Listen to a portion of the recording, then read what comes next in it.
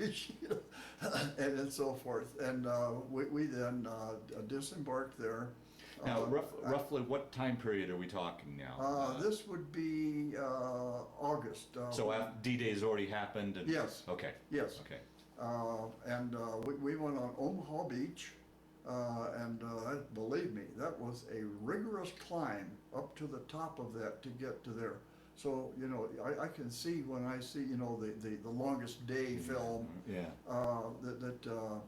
those guys did one heck of a job. And I'll never forget them. I pray for them often, especially my 3rd Division people. Yeah. Oh boy. Wow. Was there still a fair amount of damage on the beach, or had they pretty much cleaned that up? Pretty much cleaned that up. Yeah. Yes. Yeah. The bunkers that they had, those were pretty well decimated. So there wasn't much to see there, and there wasn't any tide. This was not a guided tour. Yeah, right. And from there, then we went directly to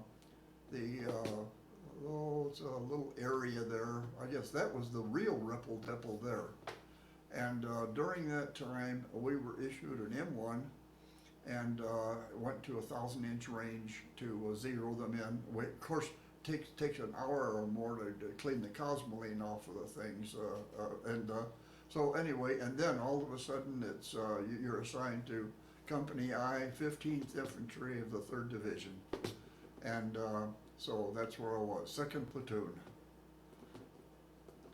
So it was quite an experience. Wow. The nice thing to remember is that the new recruits are the ones that carry in the food rations and the ammo. Because, as I found out later, we're issued 2 bandoliers every day. You just crisscross them across your chest and so forth, and that's it. You know what I mean, those. Please, for those that'll watch us, explain. I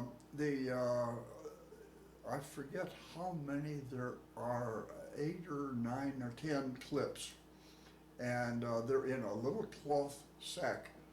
So all you had to do just reach in, pull that top off, and then you had a clip to use. It's not on the belts like so many of them I used to do. And the belts won't hold all we needed. We gave us an awful lot of firepower. So anyway, then I went to that. That was a very gruesome time, because the next morning we took off through a woods.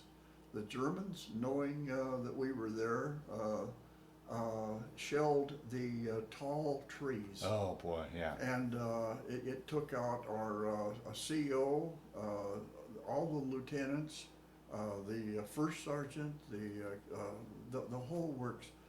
And we had the rest of us. We were in a ravine where we finally made it, and I would then, with another GI, were told, go back and pick up all of the information, satchels and so forth from the officers. Oh boy, so you had to come across all that? Yeah, we came across all that, which was gruesome.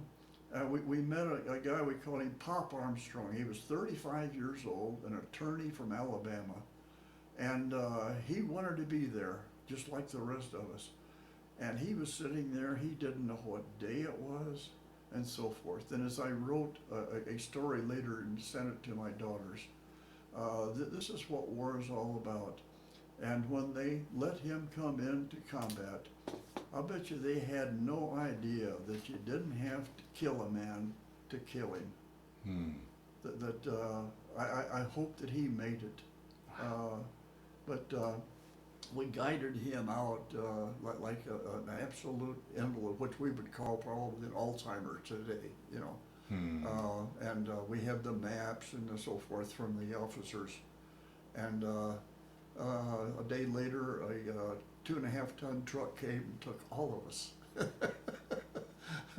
So that was kind of a sorry sight. How was it? I mean, it was obviously bad for him, but how was it for you? I mean, here's this young kid that really had never experienced I don't imagine anything violent, so violent and gruesome, and you come up across. I mean, how did that play on? How did you deal with that during? I learned a lot.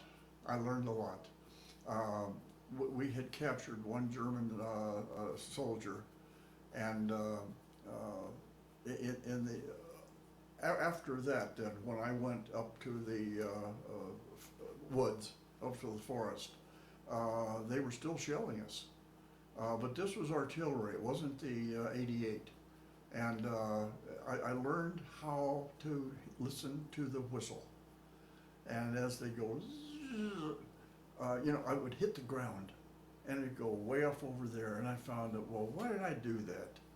And then pretty soon you hear the whistle. That's not for me.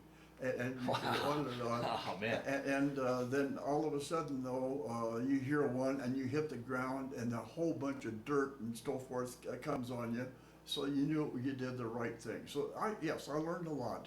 Also learned too that war is a very cruel thing, because this German soldier was very, very obstreperous. And so all of a sudden he says, ich, so forth and so on. I forget, I didn't know German then. And he started to run off. And my buddy, Hetherington, took his M1 and went bang, bang, like that, and killed him. Which, that's it. We'd taken him prisoner. He would have been good, had good meals and so forth. But he was a very stubborn person, and with a German background, I have the same stubbornness. Yeah. My parents, my fraternal side came from Alsace. Yeah, so anyway, that's about it. How was you're talking to someone that's never been remotely close to war or battle? What's it like as you're walking in, knowing you're going into harm's way? What goes through a person's mind? Do you remember what you were thinking? It's like, I'm going into war. I'll tell you one thing, this used to be a kind of a bad phrase to say that I was half scared to death. And I believe in the modern version of that being scared, that's one of the best defenses that you can have. You're very alert. They soon found out that I had extremely good eyesight, a good sense of smell, and great ears. So I was either the first or the second scout. Oh boy. So you do, your eyes go whooping around left and right and so forth. Fortunately, we didn't have to watch for aircraft. We'd been trained on that, but we weren't strafed or anything. Anyway, it was arduous. Yes, very much so. And what's it like? I'm trying to imagine what it's like to be caught in these tree bursts and the artillery shelling. I really flaked out once because I was second scout. We were coming out of a woods at Nuremberg, and the anti-aircraft position that they had there, they have 88s, and as you know, it has a 360 range and 180 degree to go for aircraft. And the first scout, when we heard the first shell come in, we hit the ground. The second one hit the tree right above us, and it took his leg off right above the knee. Oh. And so anyway, we withdrew rather quickly because if you go out into the field, then of course you're pigeons. Yeah. And if you stay where you are, you're going to get that the aerial flak. And so anyway, we withdrew, and that was a very worrisome thing.